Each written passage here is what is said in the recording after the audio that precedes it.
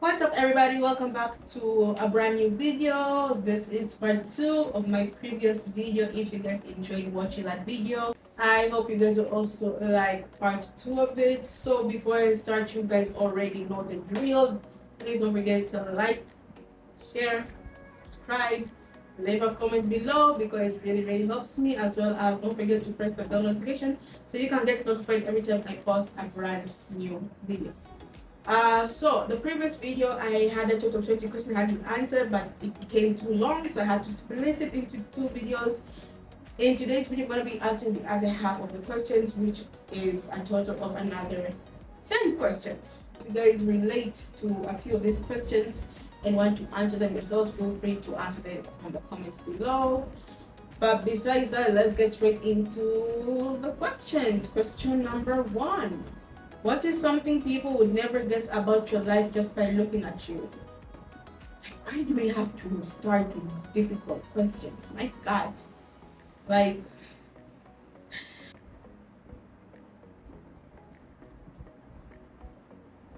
I don't know. Why would people never guess? What would people never guess? I am not a mother.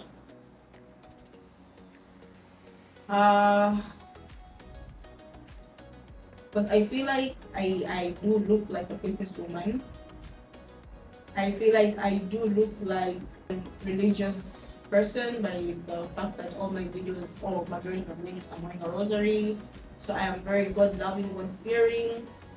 I do look like I am a firstborn. I hope I look like I'm a firstborn.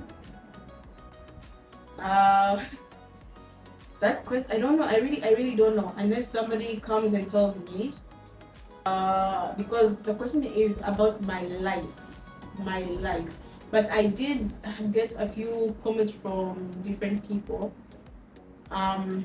They said even men, actually, guys, can you believe this? Even men. So from, like, in terms of like female wise, they'll come up to me and they'll be like, I was very scared to come talk to you, or I was very scared to approach you because you looked mean. You looked rude. You looked scary. I used to get that comment a lot. And also, in terms of like the men's side, I had a man come up to me and be like, no, it's really hard to flirt with you because you're always looking serious. I'll never forget. I will never forget. I'm just like that. I am genuinely like that. But the thing is, I've done it for so many years to point, but I'm really used to it. Like, I do it without me knowing I'm actually doing it. Like, I put that face on without me knowing I have that angry face on. And it's just part of my lifestyle. But in full honesty, I'm actually a very loving, honest, friendly person. It will be hard for me to open up to you at first because that's just how I am in nature. And I most likely will never be the first person to come and set up a conversation with you. But when you do come and talk to me, I will respond friendly and respectfully. Question number 2. What is one silent battle you've been fighting that nobody around you really knows about? So, I will not mention what battle I'm fighting, but I will say this. It is a battle I've been fighting for many years. And this question actually relates to one of the questions from my previous video that I said I couldn't answer. Let me just show you that quick. What is a dream you have that you're scared to say out loud because you're afraid people might laugh at it? I just cannot say it yet because that one is extremely personal. Yeah. So it relates to that question. It is a battle I've been fighting for a very long time, for many years, and as of this year I have started to slowly start talking about it, slowly start opening about it to friends and family. So we will see where the end of this year takes us. But yeah, have you ever pretended to be okay when you were actually breaking inside many times? Oh, many times. And I can't say about a specific part because I've done it so many times. I can't just like mention one specific one. But yes, if anything, I'm a pro at that. Let's move on. What is a version of yourself from the past that you never want to go back to? My teenage years. My parents call it foolish age. I don't know if your parents also call like that teenage years the same. But yeah, my parents call it the foolish age, and let me tell you, I was very foolish. I was extremely foolish. And sometimes when I sit back and think about the things I did back then, I'm just so disappointed. Like, I'm just so disappointed. I wish I could just sit down with myself of those foolish age years and just have like a talk with her. One thing that made me stop early, my foolish age nonsense, whatever, was when I went to study in Kenya. Because when I went to study in Kenya, this was back in 2017. I was in Kenya for 2017. Study for 2017. And the place where I went, the school that I was studying, is mainly girls. Like, let's say 90% are girls. And then the place where I used to live was a hostel of sisters. Like there was, when I say sisters, you guys understand like my sister Wakanisani, yeah, my sister Wakanisani, and there was that hostel was only girls. There was no boys, and even to make it worse, boys weren't even allowed to enter. Like it's inside like where the rooms were. They were not allowed to enter. Even your own parents or your own brothers or your own sisters and siblings were not allowed to enter. It was just the people who lived there that were allowed to enter. So it was extremely strict. And then we had like, because it's like a sister hostel, there was like some prayers that was taking place. I think it was like once every week there was like a group prayer at night, whereby if you were not there, trust me, they will come to your room and drag your ass to that prayer. And then there was also mass every morning. There was mass every morning, so that really saved me. It really did save me. And for like, I guess, I don't remember, is it like 2 years? I think 2 years or 1 year and a half, I was with my older sister with me. I was staying in the same place with my older sister, so she was like my safe place.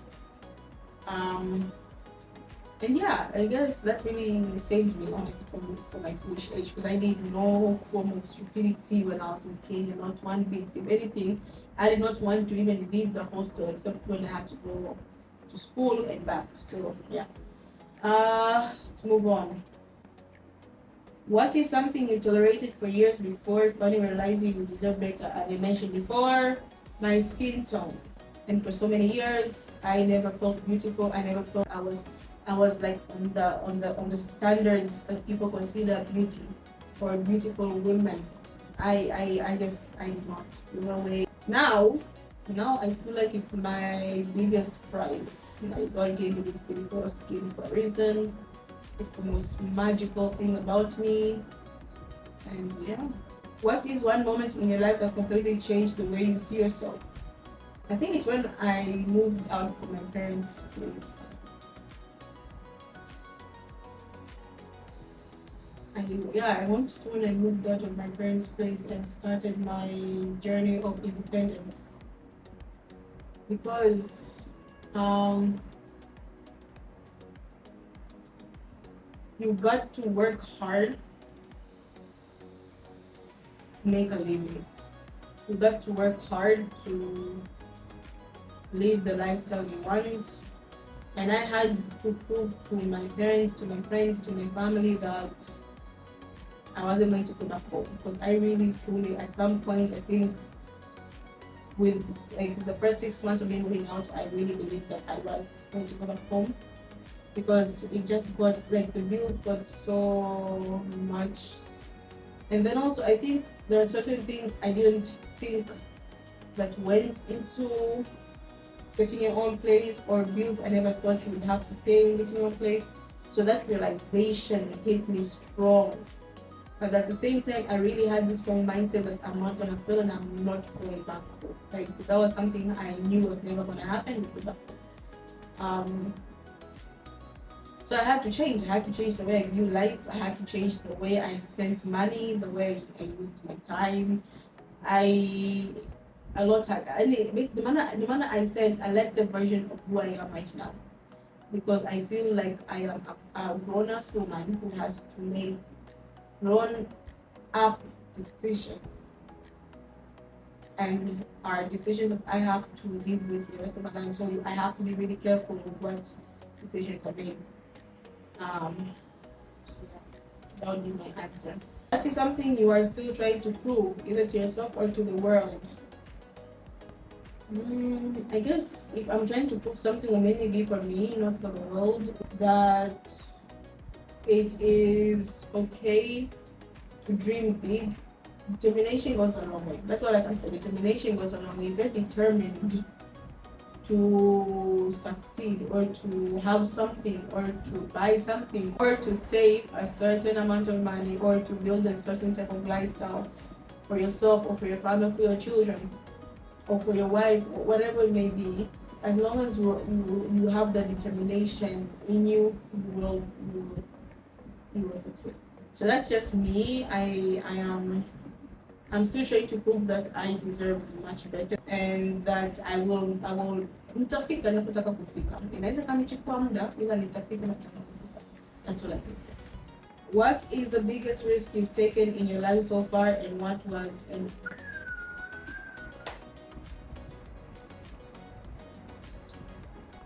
Okay, let me finish that question. What is the biggest risk you've taken in your life so far, and was it worth it? 100%.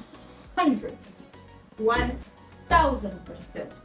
What was it? I cannot tell you. Because if I tell you, then you guys will be attending my funeral. You know, there's just certain things you just can't let your parents know, or you let your family know. Like that trust may what, even if what you did was for the sake of my future. What I did was for the sake of my future. But it is something that if I didn't do what I did, I wouldn't be where I am today. That's all I can say. And it's nothing you guys are thinking. It has nothing to do with sex or sweet sugar daddy or sweet, I don't know, whatever. But just think business wise. That's what I can say. Think business wise. If I had to go back, I would do the same thing. So let's move on. What part of your story do you think will make sense to you only years from now? I was told a hard truth about myself, so that at the time did not make any sense to me whatsoever. Right now, compared to like 6-7 years ago, right now, it makes more sense to me because I am more grown up, which means I was able to ask more grown up questions to fill the blank that I had. I can't say once again, I can't say what it was, but yeah, that's actually a very good story time I'd love to tell y'all, but we'll see. And we've reached our final and last question, finally, which is, if someone watched your life like a movie, what chapter do you think you are in right now?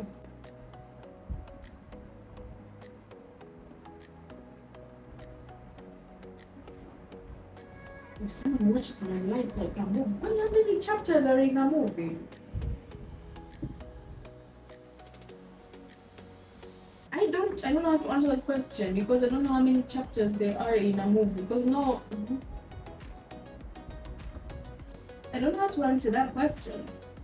I'm in that point of the center and the end. Like I'm right there between the center of the movie towards the end of the movie. Right there in between. That's where I would say. But damn, how many chapters does a movie have? Honestly, I don't know. Besides that, I hope you guys enjoyed today's video. And if you have not watched the very first one, please go watch the first one. Then come back to this one. But yeah. And I guess I'll see you guys in the next